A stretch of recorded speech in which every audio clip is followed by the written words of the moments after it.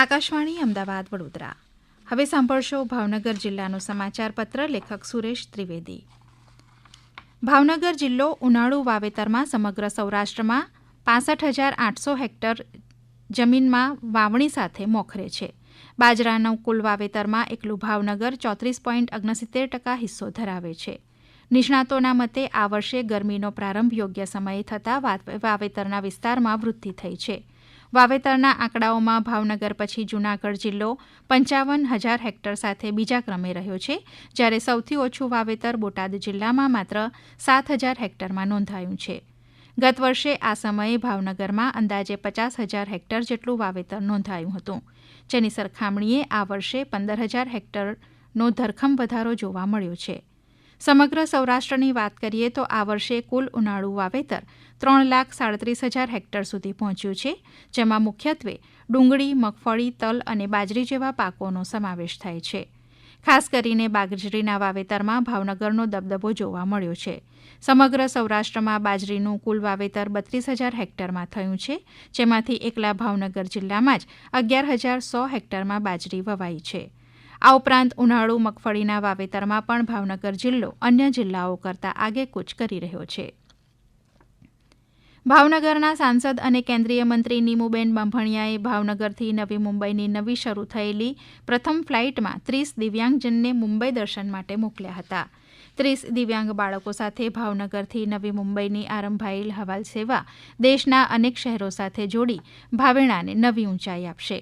તેઓના નેતૃત્વમાં સમગ્ર ભાવનગરના 2700 દિવ્યાંગજન સુધી નિઃશુલ્ક સાધન સહાય પણ પહોંચાડવામાં આવી હતી. રાજ્યપાલ આચાર્ય દેવવ્રતના અધ્યક્ષસ્થાને મહારાજા કૃષ્ણકુમારસિંહજી ભાવનગર યુનિવર્સિટીનો 10મો વાર્ષિક પદવીદાન સમારોહ અટલ ઓડિટોરિયમમાં યોજાયો હતો.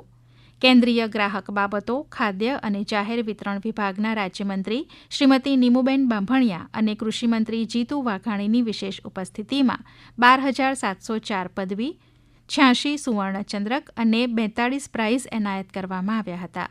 રાજ્યપાલશ્રીએ પદવીદાન સમારોહમાં વિદ્યાર્થીઓને શીખ આપતા જણાવ્યું હતું કે વિદ્યાર્થી સમાજને સુખમય અને સરળ બનાવવા માટે પોતે મેળવેલા જ્ઞાનનો ઉપયોગ કરે. ભાવનગરના ગૌરવપથ પર દેસાઈનગરથી વર્તેજ સુધીના આશરે 4.75 કિલોમીટર લંબાઈ ધરાવતા વિશાળ ફ્લાય ઓવરબ્રિજને સૈદ્ધાંતિક મંજૂરી આપવામાં આવી છે. દેસાઈનગરથી વર્તેજ સુધીનો આ 4 લેન બ્રિજ આશરે 533 કરોડ રૂપિયાના ખર્ચે નિર્માણ પામશે, જેમાં નારી ચોકડી ખાતે 160 મીટર સ્પાન ધરાવતો double height cable straight bridge આકર્ષણનું કેન્દ્ર બનશે.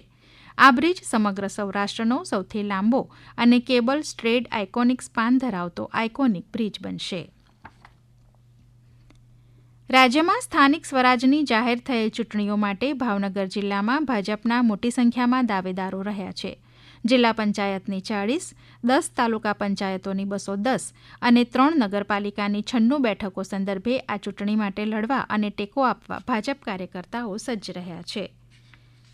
ભાવનગર જિલ્લા ભાજપ અધ્યક્ષ દિગ્વિજયસિંહ ગોહિલના નેતૃત્વ સાથે આ ચૂંટણી દરમિયાન પક્ષની માર્ગદર્શિકા મુજબ ઉમેદવારોની પસંદગી થશે તેમ જણાવી ભાજપના સંનિષ્ઠ અને કાર્યદક્ષ ઉમેદવારો સ્થાનિક સ્વરાજ ચૂંટણીમાં પ્રતિનિધિત્વ કરશે તેમ ઉમેર્યું હતું.